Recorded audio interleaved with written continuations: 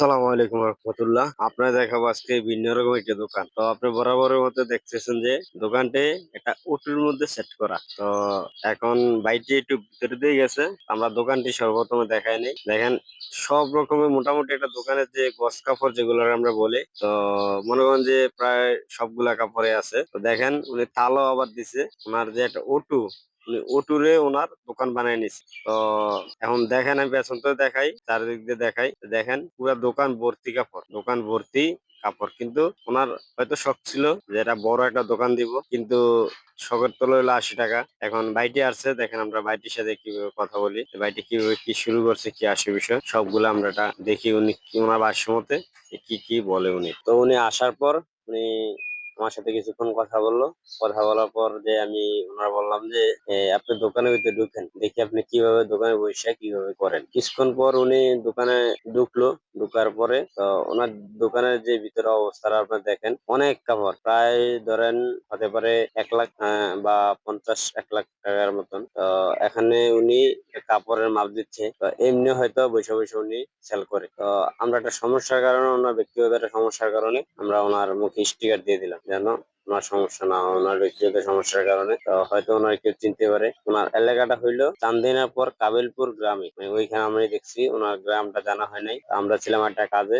তো দেখার পরে মানে এরকম তো সচরাচর দেখা যায় না, দেখে ভাবলাম যে একটু ভিডিও করি, ওটা আপনাদেরকে দেখাই। এখন আমরা বেকার, আমি মনে করি আমরা নিজেদের কারণে বেকার থাকি, আমরা নিজের বোঝা। তো উনি ওনার যতটুকু সম্ভব ওইটা দিয়ে চেষ্টা করছে উনি একটু ভালো থাকার জন্য, উনি ভালো একটা আয়। তো আসেন আমি ওনার মুখ থেকে আমরা শুনি উনি কি কি করে বা কত টাকা ইনকাম করে। বলে রাখা ভালো, এখানে কোনো কাজকে ছোট করার জন্য ভিডিওটা করা না, মানুষকে উৎসাহিত করার জন্য, যে বেকার না থেকে কিছু একটা করা ভালো। বেকার নিজের জন্য। আপনার কত টাকা দৈনিক বিক্রি হয়?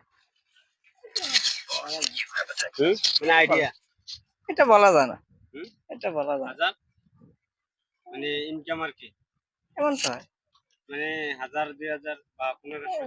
1000-1500 এমন তো হয়। তো গাড়ি ভাড়াটা সব জায়গা ঠিকই মতো 1000-এর মতন। 1000, হ্যাঁ। তাহলে আপনি ভালোই আছেন।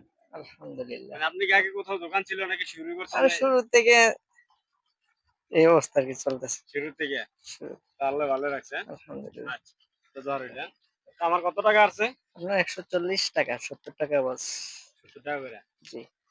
তো দেখলেন আপনারা যে উনি মানসিকে 14 লাখ 15 লাখ দোকান দিয়া ব্যবসা করে, মানে ভালো মতো চলছে। আর ওনার যতটুকু সামর্থ্য আছে, মানে ততটুকু দিয়ে উনি চেষ্টা করতেছে, উনি ভালো আছে।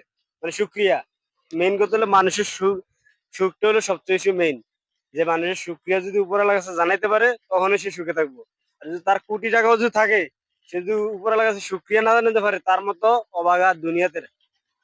দেখলেন যে উনি সর্বোচ্চ এখানে 1 লাখ টাকার মাল আছে সম্ভবত, 50-1 লাখ। কিন্তু তারপরে উনি বললো ওনার ভাষ্যমতে যে 1000 খানেক বা 500-1000 এরকম থাকে গাড়ি সবকিছু দিয়া। তো উনি সুক্রিয়া জানাইছে, তার মানে কি উনি প্রকৃত সুখী। তো আজকে ভিডিওটা এতটুকু, যে যারা বেকার ঘুরতেছেন, যে খাওয়া দাওয়া, যে কোনো কাজ নাই কিছু নাই, এরকম একটা ব্যবসা দিলে পারেন। যে আপাতত সবার মান সম্মানের কি আছে, আমরা তো চুরি করি না, আমরা কর্ম করে খাই। এতটুকুই। আসসালামু আলাইকুম রহমতুল্লাহ।